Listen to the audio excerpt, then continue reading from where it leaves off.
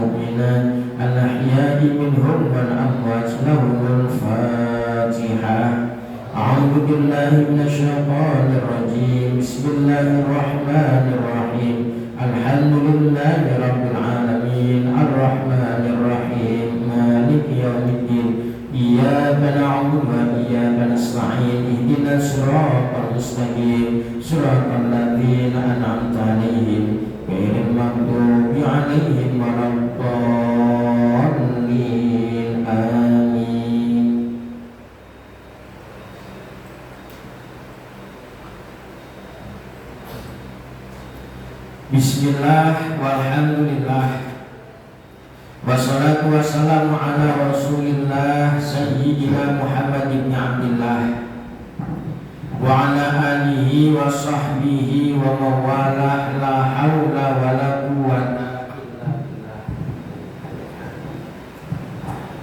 Allahumma salli wa sallim wa barik ala sayyidina wa maulana Muhammadin wa ala alihi wa sahbihi ajma'in amma ba'du. Hadirin jamaah musalla al-amin, yang mudah-mudahan kita semua dimuliakan Allah Subhanahu wa ta'ala. Bersyukur kita kepada Allah Subhanahu wa ta'ala yang telah melimpahkan berbagai macam anugerah nikmatnya kepada kita, terkhusus nikmat iman Islam dan nikmat sehat walafiat, sehingga pada pagi hari ini kita masih bisa hadir di majelis ilmu.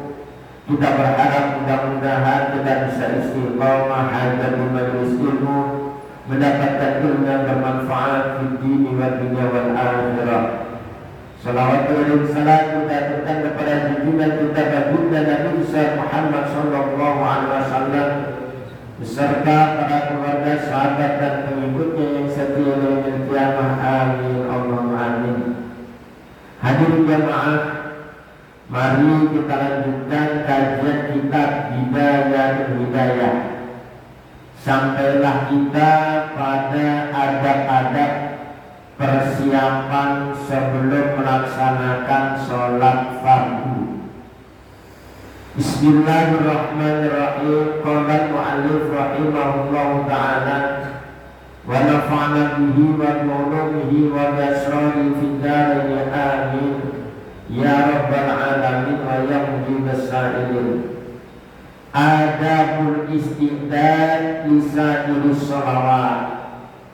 Pagi ini kita sama-sama akan mengkaji penjelasan adab-adab persiapan sebelum melaksanakan sholat 5 waktu.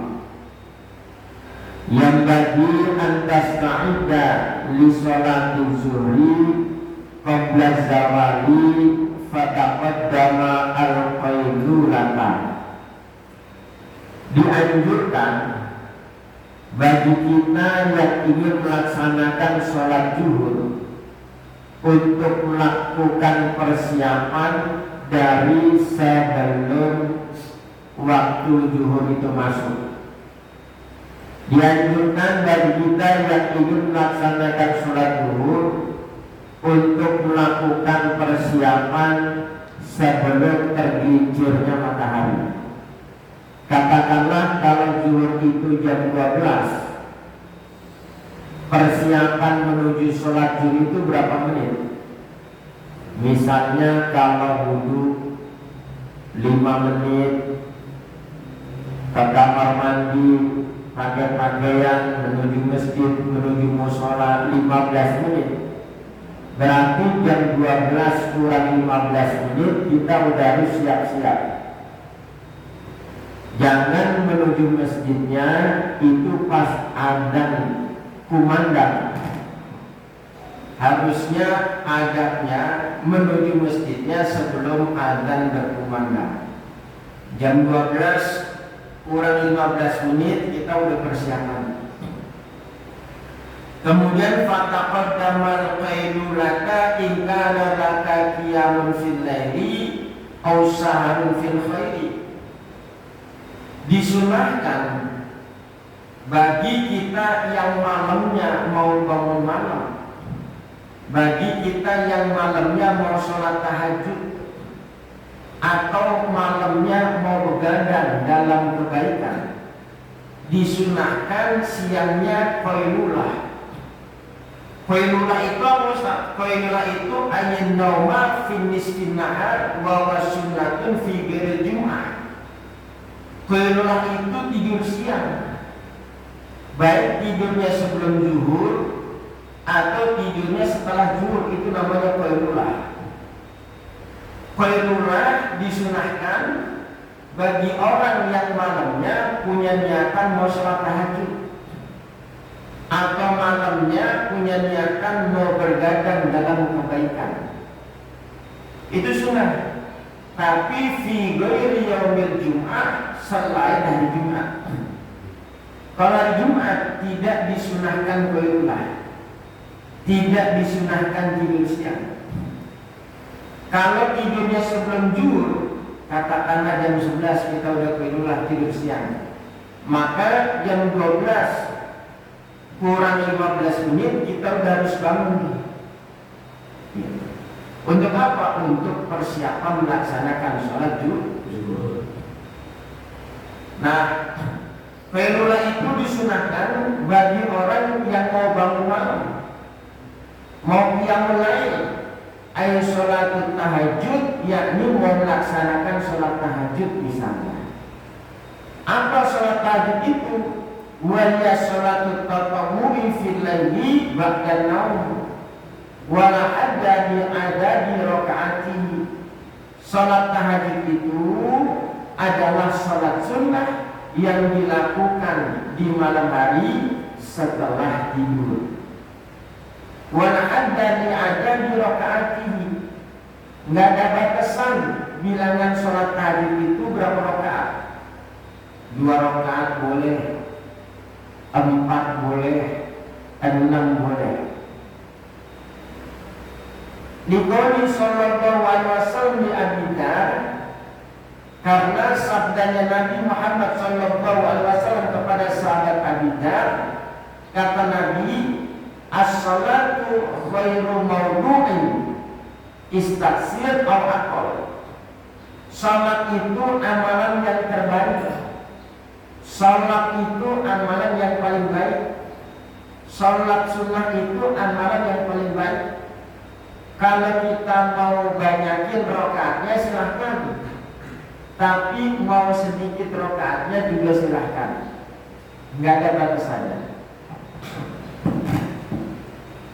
Rawi Ibnu Hibban wal Hakim as-salatu afdalu syai'in mawdu'in ay masyru'un minal mandubat.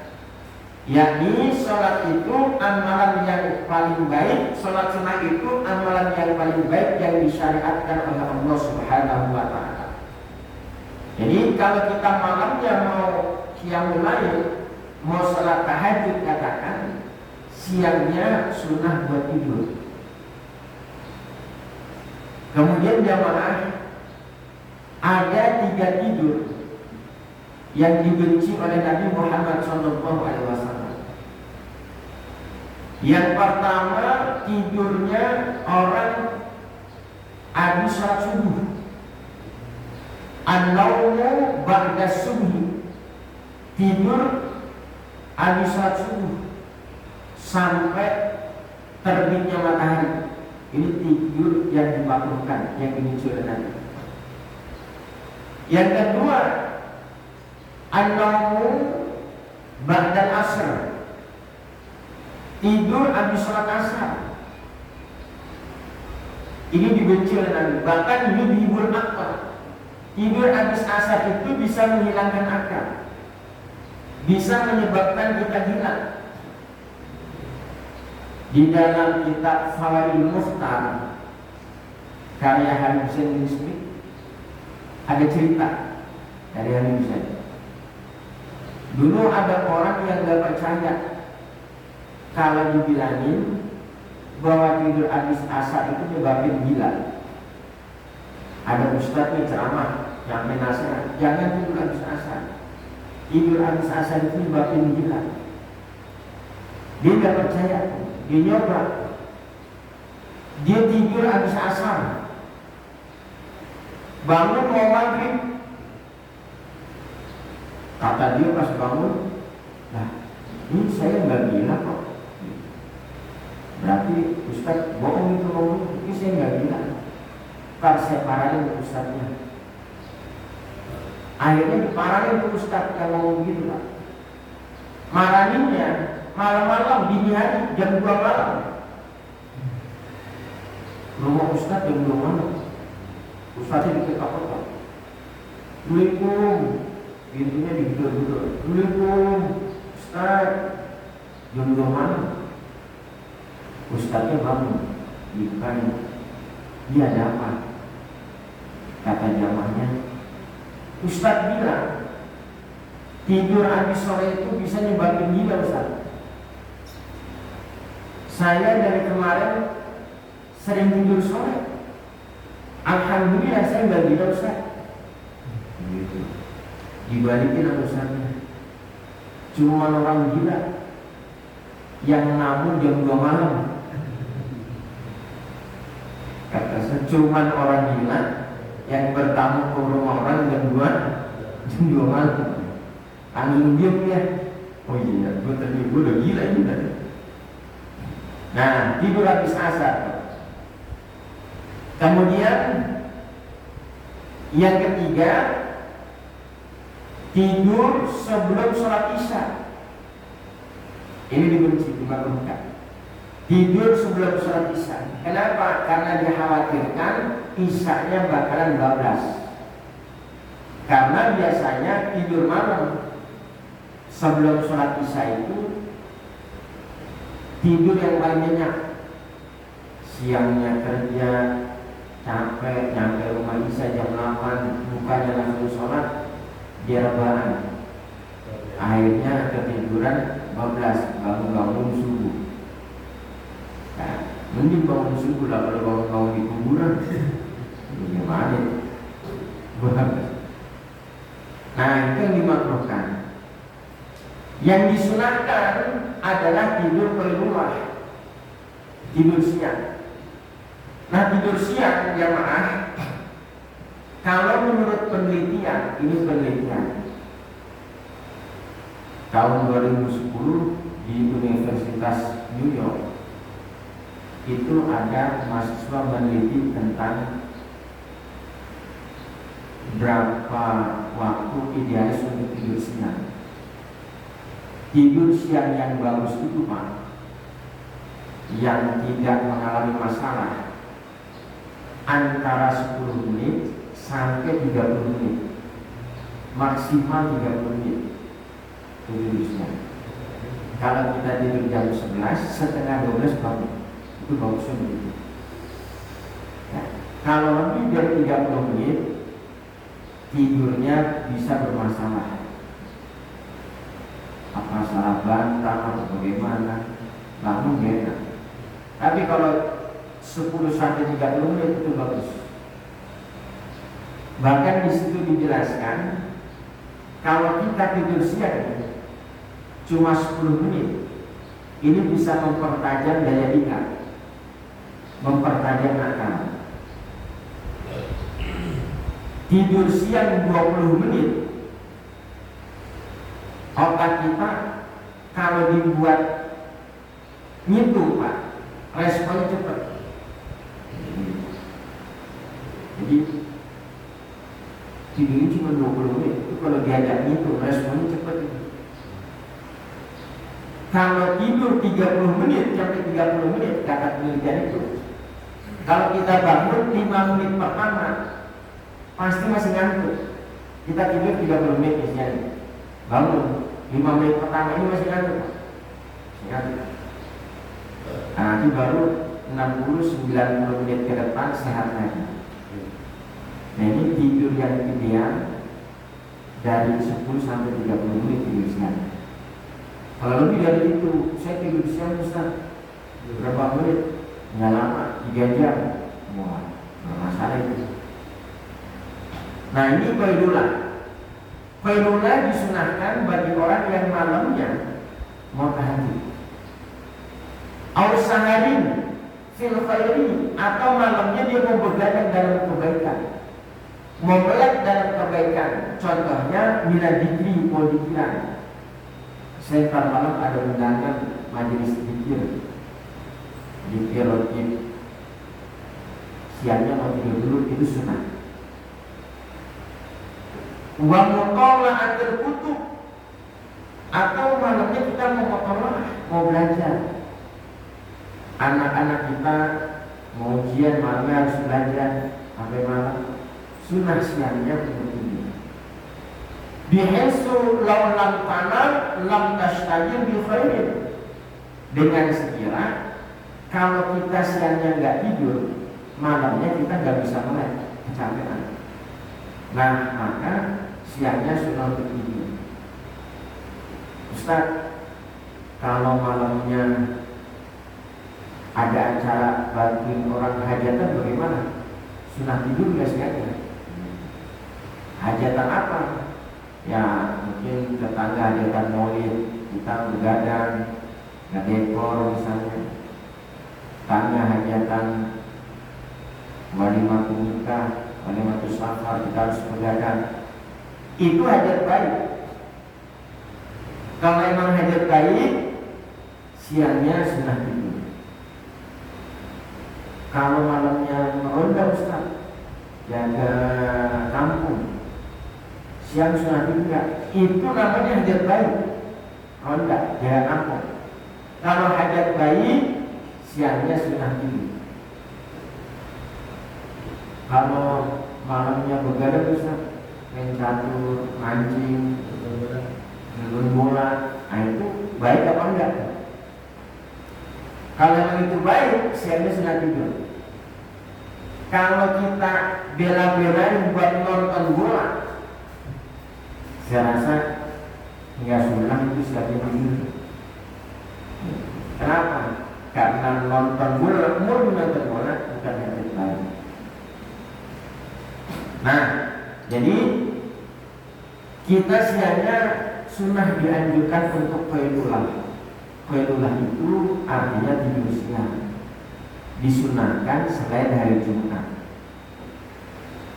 Nah kemudian fa inna fiha ma'unatan ala qiyamil laili. Salat sunnah itu bisa membantu kita untuk qiyamul lail, untuk bangun malam. Kama anna fis sahur ma'unatan ala siyamin nahar. Sama, sahur juga bisa membantu kita buat puasa di siang hari. Kita sahur nih, puasa enak, nggak ngerasa lapar, nggak ngerasa haus. Begitu juga tidur siang. Kalau kita tidur siang, insya Allah malamnya buat melek enak, malamnya buat sholat tahajud enak. Kemudian wal qailulatu min ghairi qiyamin bil laili kasahur min ghairi siyamin bin nahar. Qailulah, tidur siang tanpa bangun malam, tidur siang tanpa sholat tahajud, ini laksana orang sahur tapi nggak puasa. Dia bangun sahur tapi nggak puasa. Itu sama kayak orang tidur siang tapi malamnya gak sholat tahajud. Wa idza qilta, kalau kita melakukan qailulah, kalau kita tidur siang fi waqti dzahira, di waktu siang, fasta'in an tastayqidha qabla zawal. Kalaupun kita ngambil sunnahnya tidur siang sebelum zuhur, maka dianjurkan sungguh-sungguh bangunnya itu sebelum zuhur. Ya tadi zuhur jam 12, kita tidur jam 11, berarti setengah 12 sudah bangun. 15 menit rapi-rapi, 15 menit berangkat ke masjid. Adabnya begitu. Jangan ke masjidnya nungguin azan. Tunggu ke masjid, belum juga ada. Ke masjidnya justru sebelum ada. Kemudian wa tatawaddo wa tahdur masjid, duduk di rumah dan hadir di masjid. Bangun tidur rapi-rapi, mandi, kemudian duduk di rumah, berangkat menuju masjid untuk melaksanakan sholat wudu. Wudunya itu di rumah dan kita yang bagusnya. Qabla dukhuli waqti shalah, ke masjidnya itu, ke musholanya itu sebelum masuknya waktu sholat. Fa inna dzalika min fadhilil amal, karena yang demikian itu termasuk amal-amal yang paling afdol. Tapi wa in lam tanam wa la tashtagil bil kasbi washtaghalta bis salati wal dzikri fa wa afdalu awqatin nahar. Andaikan kita siangnya nggak bisa tidur, juga nggak disibukin dengan kerjaan. Ustaz, saya siangnya nggak bisa tidur Ustaz, dan saya nggak ada kerjaan juga. Akhirnya saya sibukkan, saya pakai itu waktu siang buat sholat dan buat dzikir. Itu bagaimana? Fawa afdalu awqatin nahar. Yang demikian itu adalah orang yang paling utama yang memanfaatkan waktu di siang hari. Kenapa? Lianna waktu ghaflatin nasi anillahi ta'ala. Karena waktu siang itu waktunya orang pada lupa sama Allah. Wastighalihim bihumid dunya, dan waktunya orang istighfar sibuk dengan urusan dunia. Ya. Jadi yang pertama kita dianjurkan qailullah di siang. Kalau kita tidurnya sebelum zuhur, jangan sampai bangun pas waktu zuhur udah masuk. Adabnya kita bangunnya sebelum zuhur. Untuk apa? Untuk melakukan persiapan sebelum sholat zuhur. Begitu. Ya. Terus kalau siangnya kita nggak bisa tidur, nggak ada kerjaan juga, ya udah kita sibukin dengan sholat dan pikiran-pikiran. Kenapa? Karena waktu siang itu waktu orang pada lupa sama Allah, dan waktu siang itu waktu orang pada sibuk sama urusan dunia. Di saat orang lupa sama Allah, di saat orang sibuk urusan dunia, kita masih ingat sama Allah, itu adalah orang yang afdal. Itu adalah orang yang memanfaatkan waktu yang afdal. Dan kemudian hadir ke masjid ini. Wa tusolli tahiyatul masjid, masuk masjid salat sunnah tahiyatul masjid. Wa tantadzirul muadzin fatujibahu. Kemudian kita nunggu azan sambil menjawab azan.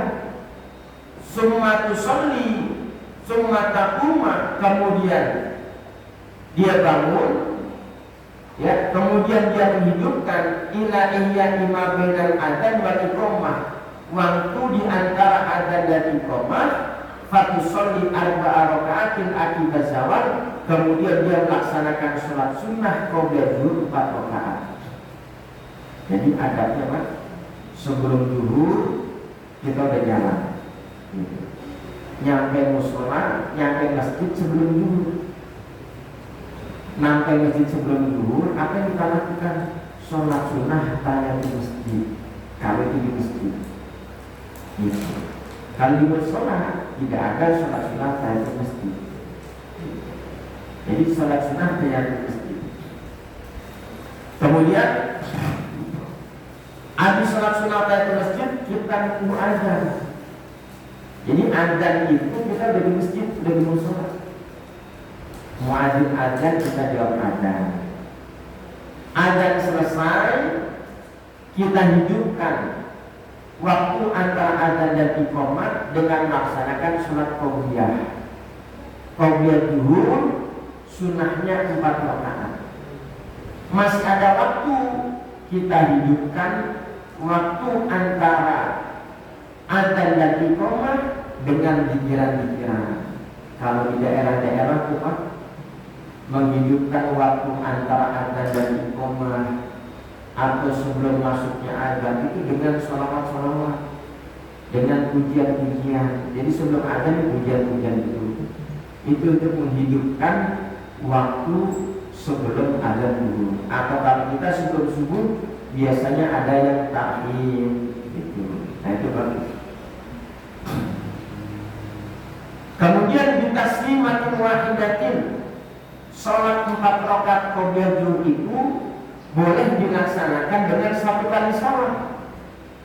Tapi wa madhabu Syafi'i, madhabnya Imam Syafi'i, annaha qobliyah zuhur itu masna kasairin nawafil, dilakukan 2 rakaat 2 rakaat. Wa huwa alladhi fil ikhbar, dan itu pendapat yang benar yang sesuai dengan hadis. Karena Ihya itu dijelaskan dalam kitab Ihya. Jadi sholat sunnah qobliyah zuhur itu 4 rakaat. Prakteknya boleh 4 rakaat 1 kali salam, boleh 4 rakaat 2 kali salam, berarti 2 rakaat 2 rakaat. Sama seperti halnya sholat-sholat sunnah lainnya. Karena Rasulullah Shallallahu Alaihi Wasallam ditawiluhunna hadhihi rakaat wa yaqulu hadza waktu zawal waktu tawfi abwabus sama fahibu ayyul fa'ali fi amal sholih. Nabi itu Pak, kalau sholat sunnah qobliyah zuhur dilamain, karena Rasulullah Shallallahu Alaihi Wasallam yutawwiluna, dipanjangin ayatnya. Kalau baca surat qobliyah zuhur dan panjang, Nabi sebenarnya di qobliyah zuhur. Dan Nabi ngomong qobliyah zuhur itu waktu tuftahu abwabus sama fahibu ayyal fa'ali fihi amal sholih. Waktu siang itu waktu di mana langit-langit Allah dibuka.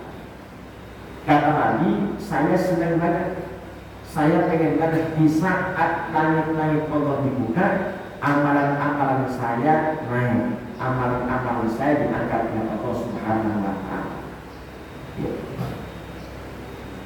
Wa hadhil arba'u qabla zuhri sunnatun muakkadatun. Salat sunnah qobliyah zuhur itu termasuk sunnah muakkad. Jadi salat sunnah rawatib itu ada yang muakkad, ada yang belum muakkad. Yang belum muakkad diantaranya qobliyah maghrib itu belum muakkad, qobliyah isya itu belum muakkad. Selain daripada itu adalah salat sunnah muakkad. Kalau zuhur muakkadnya ada yang mengatakan 4 rakaat, ada yang mengatakan 2 rakaat. Ayat anaqamin warroji anna raka'ataini qabla zuhri akadu min jumlatil arba'in. Menurut kaul yang unggul, sholat sunnah qobliyah zuhur yang muakkad itu 2 rakaat. Gitu. Jadi ada pada sholat zuhur itu kita bangun sebelum zuhur, persiapan, udah wudu, udah beres, kita menuju masjid. Sampai ke masjidnya itu diusahakan sebelum adzan. Kemudian kita sholat sunnah tahiyat ke masjid. Habis sholat sunnah tahiyat ke masjid, adzan kita dengerin sambil menjawab adzan. Adzan selesai, kita sholat sunnah qobliyah zuhur 4 rakaat atau 2 rakaat. Prakteknya yang 4 rakaat bisa 1 kali salam, bisa 2 kali salam.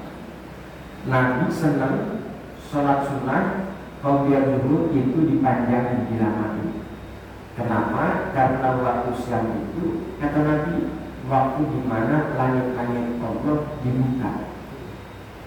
Nabi pengen pas langit dibuka, amal-amal kita diangkat oleh Allah Subhanahu wa Ta'ala. Ya. Kemudian wa fil khabari al-warid an Abu Hurairah an Nabi sallallahu alaihi wasallam, dan ada dalam sebuah hadis Nabi sallallahu alaihi wasallam riwayat dari Abu Hurairah dari Nabi, annaman sholahunna ay arba'a raka'atin ba'da zawal. Orang yang melaksanakan sholat sunnah qobliyah zuhur 4 rakaat, fa'ahsana ruku'ahunna wa sujudahunna, dia bagusin ruku'nya, dia bagusin sujudnya. Ini qobliyah belum sholat zuhur. Siapa orang yang melaksanakan qobliyah zuhur 4 rakaat dengan baik, artinya ruku'nya dia perhatiin, sujudnya dia perhatiin, bacaan-bacaannya dia perhatiin. Shalla ma'u sabuna alfa malakin yastaghfiruna lahu ilal lail. Maka 70.000 malaikat ikut sholat bersama kita dan memintakan ampun sampai waktu malam. Itu bagi orang yang sholat sunnah qobliyah zuhur 4 rakaat, maka para malaikat memintakan ampun kepada kita dari siang sampai waktu malam. Ini hebatnya waktu siang.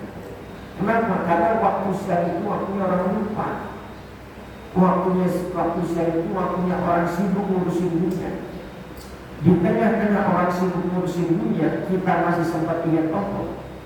Di tengah-tengah orang lupa, kita masih ingat kepada Allah. Ini adalah orang yang hebat, orang yang luar biasa. Maka pahalanya juga luar biasa. Gitu.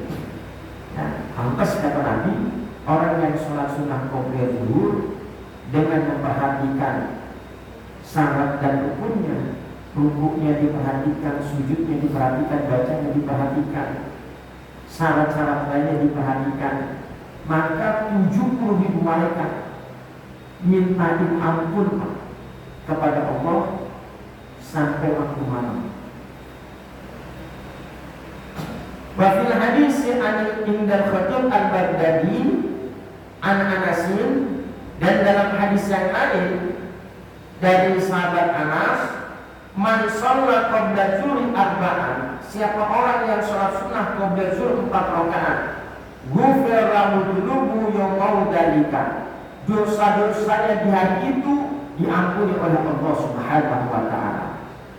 Wa fi al-Tabrani, dan riwayat lain dari Imam Tabrani, an rajulin ansari man shalla qabla zuhri arba'an kana ka'adli raqabatin min bani Israil min bani Ismail. Siapa orang yang sholat sunnah qabla zuhur 4 rakaat, maka dia akan mendapatkan pahala sama seperti membebaskan budak Bani Israil. Aikana sawabu dzalika mislu sawabi nasimatin min Bani Ismail bin Ibrahim al-Khalil alaihi salam. Dia bakal mendapat pahala seperti hanya memerdekakan budak dari Bani Ismail bin Ibrahim al-Khalil alaihi salam. Nah, jadi itu adab-adab sebelum sholat sudah kita perhatikan, udah mulai dari adzannya, qobliyah zuhur sampai qomat, summa sholil fardhu ma'al imam bijamaati. Kemudian kita sholat fardu secara berjamaah bersama imam. Summa sholli ba'dal fardhi raka'ataini fa huma rawatib as-sabitati. Kemudian setelah sholat fardu disunahkan sholat ba'diyah zuhur 2 rakaat. Jadi kalau zuhur itu qobliyahnya bisa 4 rakaat, bisa 2 rakaat. Tapi ba'diyahnya yang muakkad adalah 2 rakaat. Al-Walid an-Nabi sallallahu alaihi wasallam wajib ba'du raka'ataini wa mu'akkadataini. Boleh kita tambahin 2 rakaat lagi, tapi yang 2 rakaat itu belum akad. Kalau qobliyah zuhur, ada yang mengatakan yang muakkad itu 2 rakaat, yang muakkad itu 4 rakaat. Ba'diyah zuhur yang muakkad itu cuma 2 rakaat. 2 rakaat berikutnya adalah belum muakkad. Gitu. Sunnah tapi tidak dianjurkan. Kemudian man hafaza ala arba'in qabla zuhri, siapa orang yang menjaga melaksanakan sholat sunnah rawatib 4 rakaat qabla zuhur, wa arba'in ba'daha, dan 4 rakaat setelah zuhur, haramallahu 'alan nari, maka jasadnya Allah haramkan tersentuh oleh api neraka.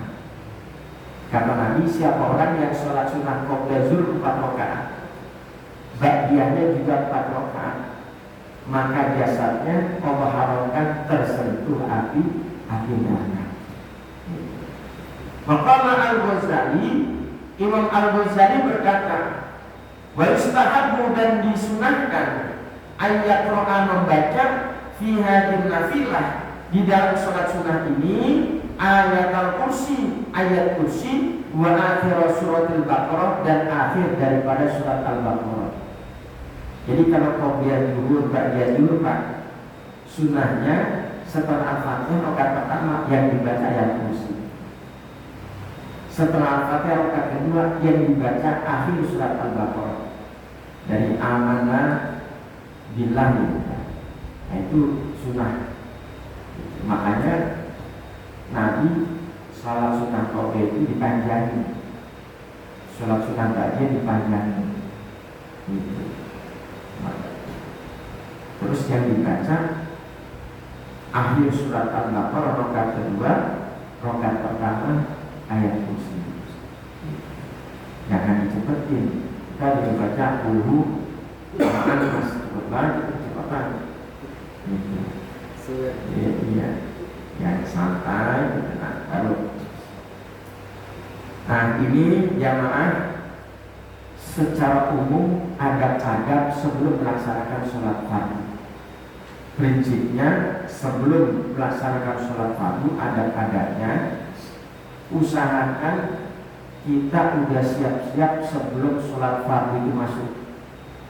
Mau duhur, mau asar, mau subuh, semua sholat lima waktu sebelum waktu sholat masuk kita udah persiapan di rumah. Siap-siap itu maksudnya kita udah pakai baju, udah rapi, udah wudhu, udah wangi, udah siap.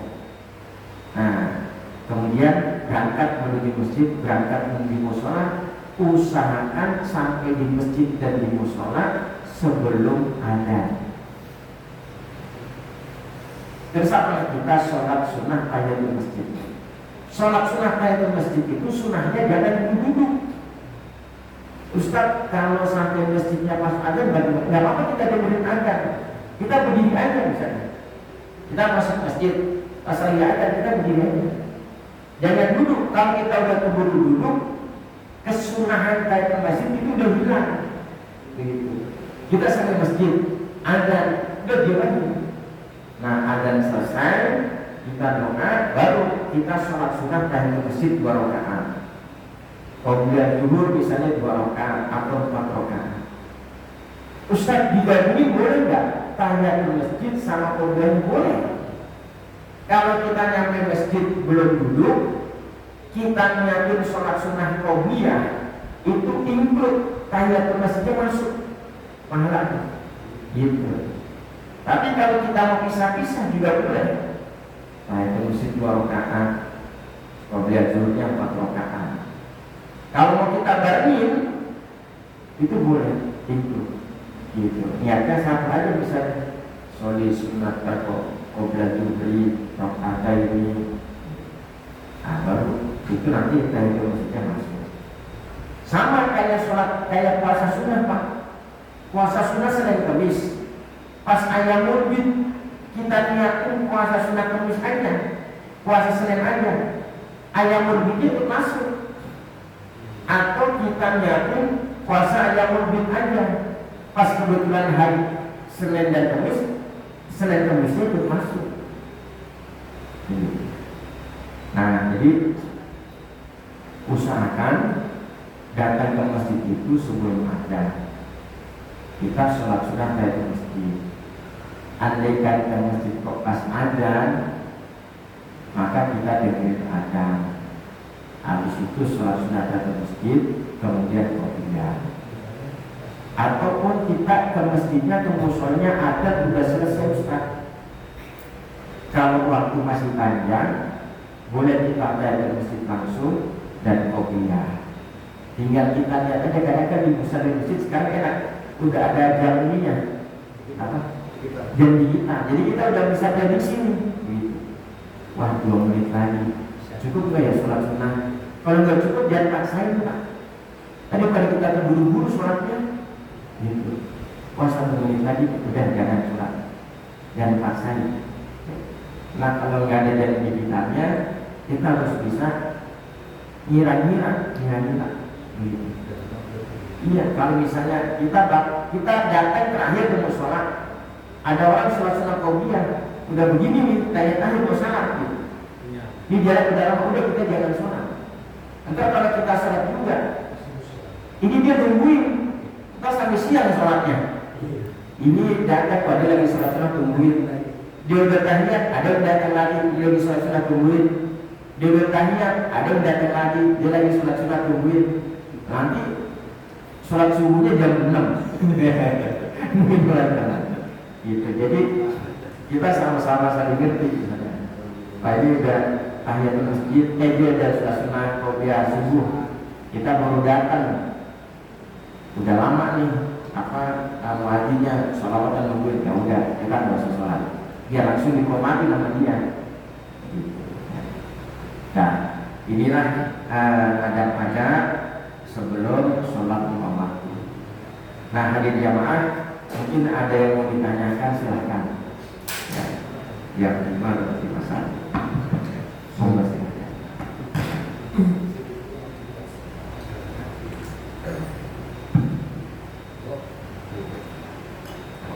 Alhamdulillah, Ibu sekarang juga tanya jawab masalah pada pagi hari ini.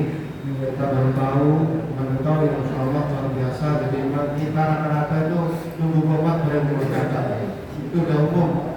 Padahal dengan begini kita sudah tahu bahwa adab untuk sholat fardu adalah sebelum azan sudah datang. Mudah-mudahan bisa jadi satu berkat. Yang saya tanyakan gimana agar di dalam melaksanakan sholat jamaah di saat waktu-waktu maghrib dan terawih. Jadi kalau maghrib itu rata-rata anak-anak semua yang datang duluan. Shop kita banyakkan asal itu adalah anak-anak kita. Batas untuk keasalan sholat itu umur berapa sehingga akan menjadikan sholat itu menjadi pada penerima. Karena banyak berita yang di depan karena bapaknya itu adalah belakangan, ya kan anak-anak. Ya pertama, kedua adanya sholat kita sering banget terbirit-birit saat sholat itu kadang-kadang kita hanya pakai kaos, hanya pakai ini. Itu apakah ada gimana? Ya, mungkin bilang Ustaz tidak boleh tidur setelah sholat asar. Saya tahu betul sekarang anak-anak kita ini pulang sekolah itu jam 4. Kita enggak larang tidur, kasihan capek. Tapi kalau tidur juga waktunya enggak pas. Itu gimana dia mengatasi masalah tidur habis asar ini? Karena problem di anak kita itu pulangnya itu jam 4 habis asar baru pulang sekolah, kemudian dia tidur. Dari jamaah yang pertama tentang anak-anak kecil yang hadir ikut sholat di masjid atau di musola, bahkan dia lebih dulu daripada orang tuanya. Itu bagaimana ngatasinya? Ya, dari mulai softnya, kemudian sholatnya bagaimana, dan batasannya bagaimana. Kalau anak kecil itu dia batas kewajiban sholat udah balik, udah mimpi basah. Katakanlah umur 13 tahun, perempuan udah haid 9 tahun misalnya, 10 tahun udah balik, dia udah wajib. Nah, kalau emang anak udah balik, udah wajib, bagusnya kita prioritaskan. Artinya walaupun dia kecil, masih SD, kelas 2, kelas 3 atau kelas 6, karena dia udah balik misalnya kelas 6 nih, kapal ke atas, taruh di depan, gak apa-apa. Untuk yang belum balik, kayak masih anak kecil, masih TK, masih kelas 1, kelas 2, mendingan di belakang. Gitu. Di belakang sambil dijagain, diawasin. Ya, ini masalah teknis. Apakah nanti dipisah, misalnya ada 10, dipisah aja 2, 1 orang dewasa, 2 lagi 1 orang dewasa, 2 lagi 1 orang dewasa. Karena kalau kita satuin, Pak, ribet, Pak. Dorong-dorong kan. Ya, setelah batalin sholat gara-gara isi anak ya, berarti gimana? Udah dapat anak ya. Iya. Nah, itu memang dalam situasi kondisi darurat, sholat boleh kita batalin. Gitu. Ya, misalnya kita lagi sholat, depan kita lagi sholat, cuman di depan kita itu ada ular yang mau dikelilingi, kita di belakangnya melihat, dia nggak lihat. Kita wajib datangin. Gitu, daripada ntar dia dicatat ular. Orang berantem di depan mata kepala kita, tampol-tampolan, Pak. Orang pada sholat itu nggak ada yang misahin. Kalau udah mau nggak mau, kita misahin. Gitu, daripada ada babak belur, Pak. Iya. Nah, kemudian permasalahannya juga, Pak, kalau anak kecil belum balik, kita taruh depan, repotnya habis salam, dia langsung buyar ke belakang. Padahal yang di belakang lagi sholat, yang di belakang lagi wirid. Kalau kita taruh depan, Pak, dia kalau lagi sholat langsung buyar. Oh, kadang imam lagi begini nih, dia udah begini duduknya nih. Iya, salam dia langsung kabur. Imam udah begini nih. Iya, tayar begini dulu. Dia duduknya begini. Ada kaca, sana langsung kabur. Itu kasihan yang di belakangnya lagi sholat jadi terganggu. Yang di belakangnya mau mirip jadi terganggu.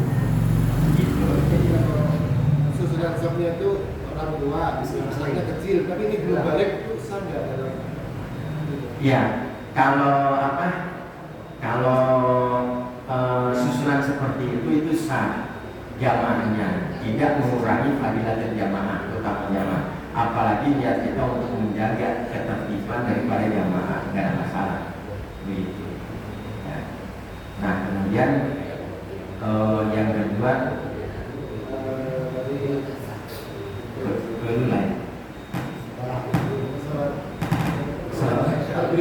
oh iya, terbirit-birit. Ini Pak, jadi ya pada prinsipnya kalau kita tidak melakukan adab-adab kesunahan-kesunahan yang dianjurkan, ini minimal Pak, kita bisa dihukumi makruh, dibenci. Contoh tadi dianjurkan sebelum azan itu udah sampai masjid dalam kondisi normal artinya kita nggak punya kerjaan apa-apa di rumah, nganggur nggak ada apa-apa, itu bagusnya sebelum azan itu udah di masjid begitu. Nah kalau kita nggak begitu, akhirnya kan kita terbirit-birit ke masjidnya, buru-buru. Terbirit-biritnya siang mending, waktu masih terang. Terbirit-biritnya subuh, waktu gelap, mana rumahnya di dalam udah nyandung batu, akhirnya jatuh. Ya, pernah ada Pak, ini seminggu yang lalu, kira ada imam masjid sepuh gitu. Emang dia biasanya sebelum subuh udah masuk ke masjid. 1 RW sebelum subuh udah masuk ke masjid. Itu dengan santai aja menuju masjid, sebelum subuh datang ke masjid, kesandung komblok Pak. Jadi komblok ada yang terbuka, dia kesandung. Ini hancur sampai sekarang masih dirawat di rumah sakit Ramat Jati. Nah itu efek dari terbirit-birit.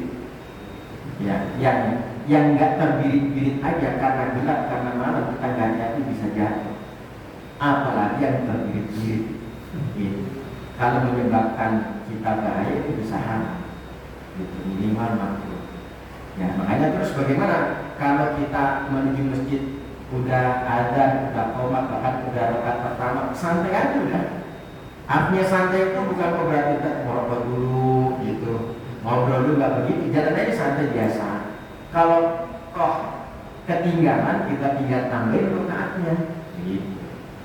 Ya, nggak ada ya. Nah yang terakhir tentang fenomena pelulah tidur siang begitu.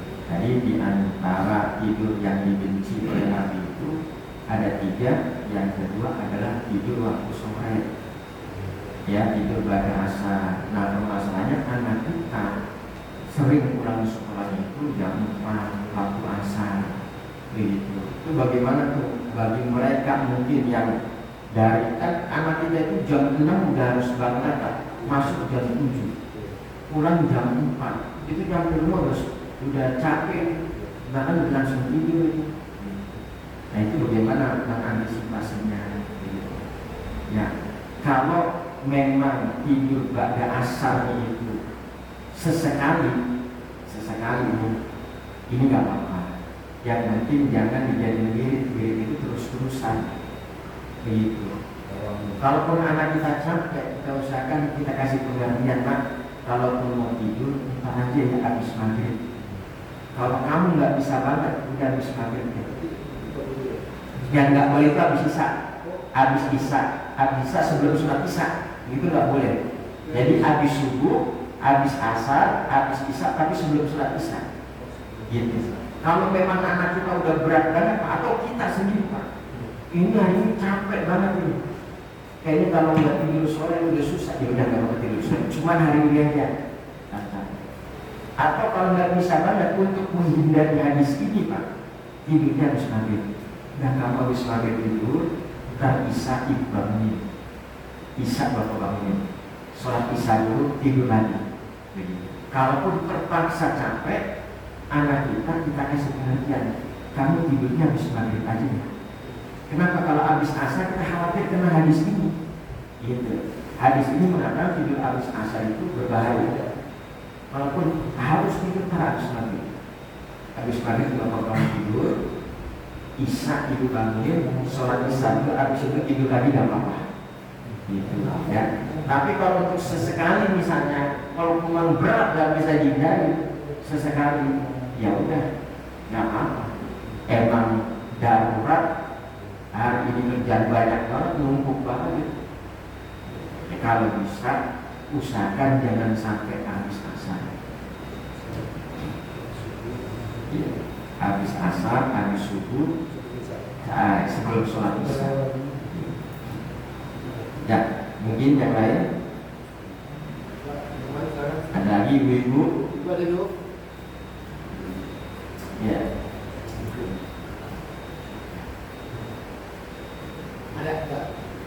Ada nggak? Ayatnya.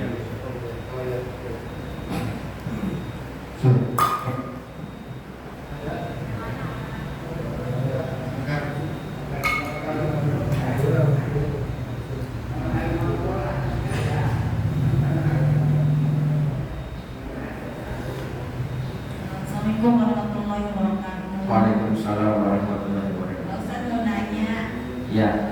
ini kita kan kadang yang dulu untuk sholat berjamaah itu kadang ketinggalan tuh ya, Pak Ustaz. Terus saat pertama tuh udah penuh.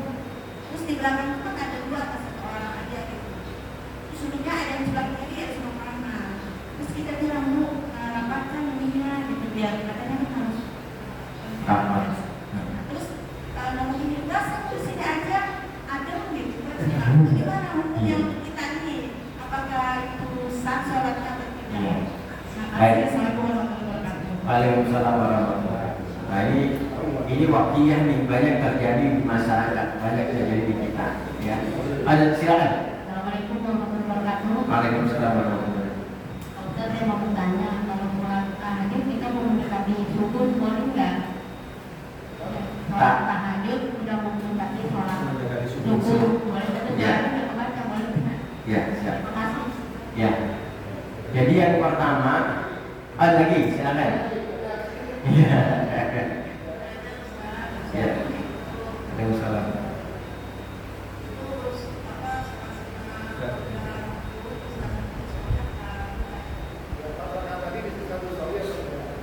Bisa apa? Bisa satu soli nggak? Yang 4 rakaat, Ah.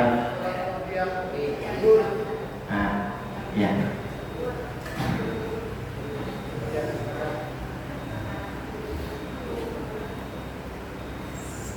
Ya. Baik. Ini yang pertama tentang soft jamaah, ya jamaah. Soft sholat jamaah. Ya, emang di mana-mana begitu. Kalau kita masuk masjid, yang diincar yang adem, Yang tinggi. kipas angin apa enggak AC. Ya. Kalau lagi ngaji yang diincar tembok. ini ngomong ini. Ya. Kalau ngaji sih nggak ada masalah. Gitu. Dan cuma yang bermasalah ini saat sholat jamaah. Katakan ini sholat pertama, kedua udah penuh. Kipas angin sebelah sini, kipas angin sebelah sini. Datang 2 orang atau satu orang yang satu ngincar sebelah sana, yang satu ngincar sebelah sini, ngincar yang adem, yang ketiga bingung, mau sholat sebelah mana dari sini, mau di tengah kosong.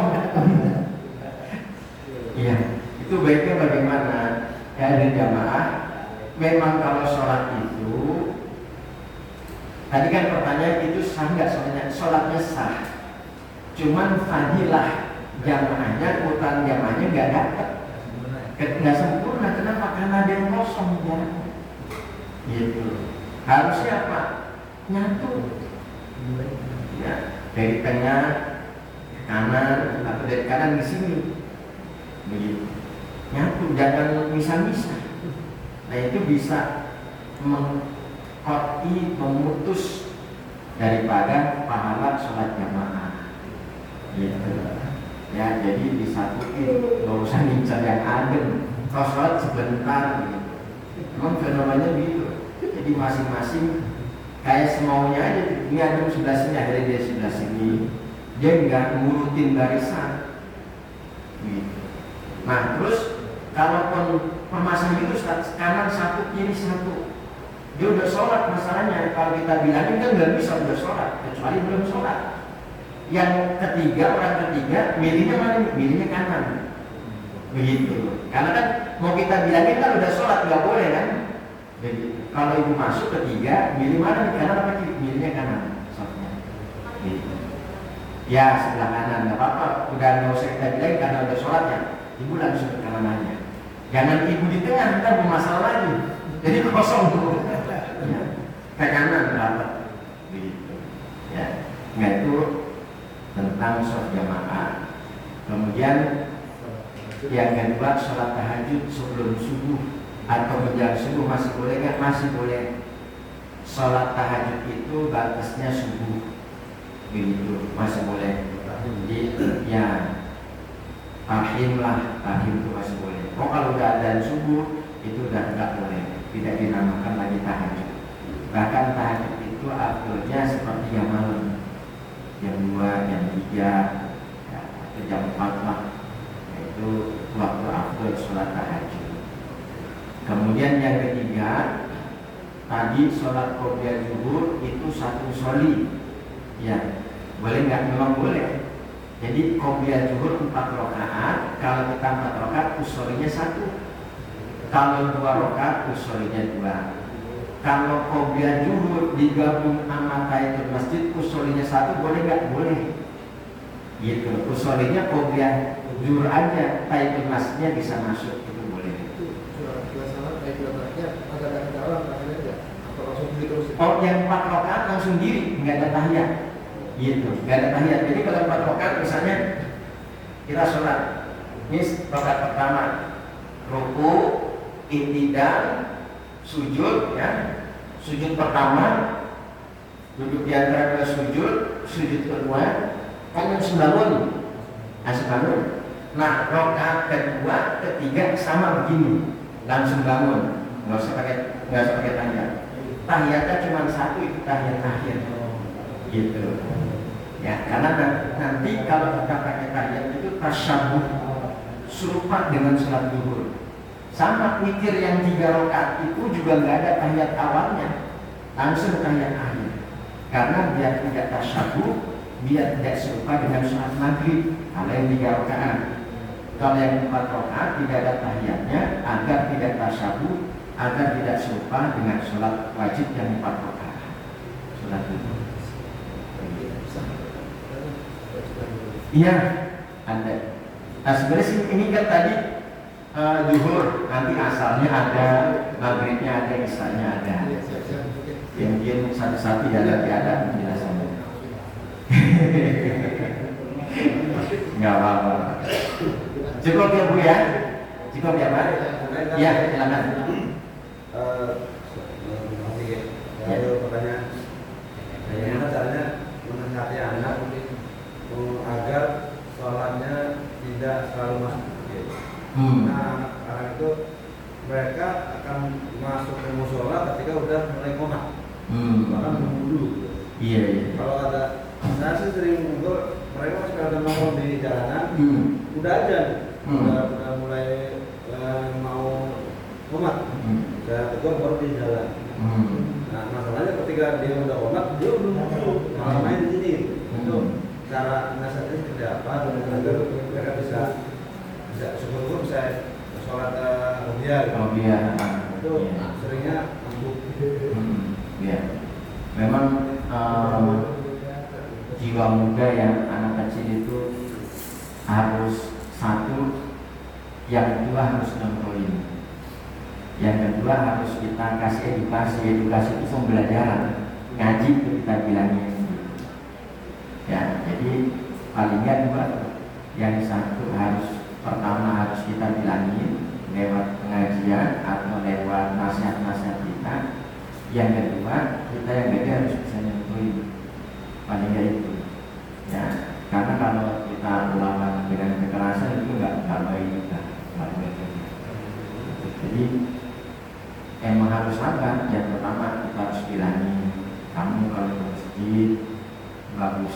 afdolnya sebelum azan harus di masjid. Begitu, kalau kamu mendapat pahala yang banyak. Kemudian kita masukin juga, kalau kamu sholat bapak ikut senang, orang tua ikut senang. Kalaupun bapak udah meninggal, ibu udah meninggal, kamu masih sholat, selama kamu sholat, jariah kamu ngalir ke bapak. Ini bapak bilangin, kamu ke masjidnya sebelum azan. Ternyata benar kamu praktekin. Setiap ke masjid sebelum azan itu kalau bapak udah meninggal, yang kamu praktekin itu pahalanya ngalir terus ke bapak. Kenapa? Karena ini termasuk ilmu yang bermanfaat. Ilmu bermanfaat itu bukan cuma saya ngajar ibu, bapak bilangin ke anak, ibu bilangin ke anak, diamalin anak-anak, itu ilmu bermanfaat. Bukan cuma itu. Kita bilangin, nak, bapak pesen ya, kalau kamu ke masjid itu sebelum azan, anak ngamalin, itu ilmu bermanfaat. Sampai kita meninggal ngalir terus gitu. Bahkan yang tanpa bisa kita sadari jamaah, harusnya anak ngerti ngaji, anak ngerti sholat itu dari orang tuanya. Guru mah pengembangan aja. Karena orang tua pengetahuan terbatas, kita ngajiin kedua. Dasar sholatnya, dasar bacaannya itu dari orang tua. Karena kalau besok anak ditanya Allah, kamu bisa ngaji dari siapa?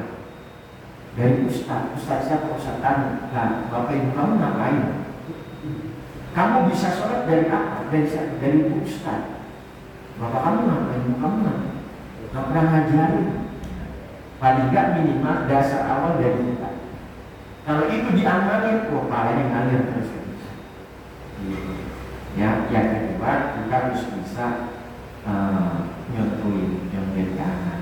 Paling gak ini secara umum, ya secara umum cara membilangin anak, ya bagaimana caranya biar ke masjid bisa datang awal waktu. Yang pertama kita kasih edukasi, kita kasih pemahaman. Yang kedua kita contohin. Jadi teman-teman ya, nanti teknisnya bisa masing-masing ya. Baik, Rasulullah, sangat luas sekali Ibu yang kita tambahkan pada bagian ini, namun banyak belum yang bisa kita katakan. Insya Allah di bulan yang akan datang kita akan hitung lagi tentang bab ini, karena banyak sekali hal-hal yang perlu kita ketahui untuk kesempurnaan sholat kita. Jemaah sekalian, insya Allah kalau Bapak Ibu sekalian ingin menikmati kajian subuh ini bisa ditonton di YouTube Amin. Saya sengaja selalu merekam kegiatan taklim, saya simpan di YouTube supaya Bapak Ibu sekalian bisa melihat, bisa mereplay apa yang tadi disampaikan guru kita. Silahkan ditonton di YouTube Al Amin Daeng. Itu ada taklim-taklim yang saya upload. Jadi tujuan saya itu supaya kita tidak kehilangan nasihat guru kita agar bisa ingat. Mudah-mudahan manfaat, alhamdulillah manfaat, tidak hanya tiktokan saja, tapi lihat taklim, lihat pengajian-pengajian yang akan menambah semangat ibadah kita. Mari jemaah sekalian kita tutup dengan doa yang disampaikan oleh guru kita. Saya mohon maaf lahir batin. Wassalamualaikum warahmatullahi wabarakatuh. Waalaikumsalam warahmatullahi wabarakatuh. Astagfirullahaladzim, astagfirullahaladzim, astagfirullahaladzim. Allahumma shalli ala sayyidina Muhammad wa ala ali sayyidina Muhammad. Allahumma ja'al hadzal majlis majlisan mubarakan, majlisan daiman, majlisan nafi'an yaumil qiyamah, waj'al ahlahu min ahli ilmi wa ahli khair, min ahli Quran wa ibadah bi rahmatika ya arhamar rahimin. Allahumma qulna wal muslimin nasyaqawati nas'ala wa minan nari ila jannah wa min adzabi rahmah wa min dhunubi ila maghfirah wa min al-isa'ati ila lisan wa min al-jahalati ila karamah bi rahmatika ya arhamar rahimin. Rabbana atina fid dunya hasanah wa fil akhirati hasanah wa qina adzabannar. Walhamdulillahi rabbil alamin. Terima kasih. Wassalamualaikum warahmatullahi wabarakatuh.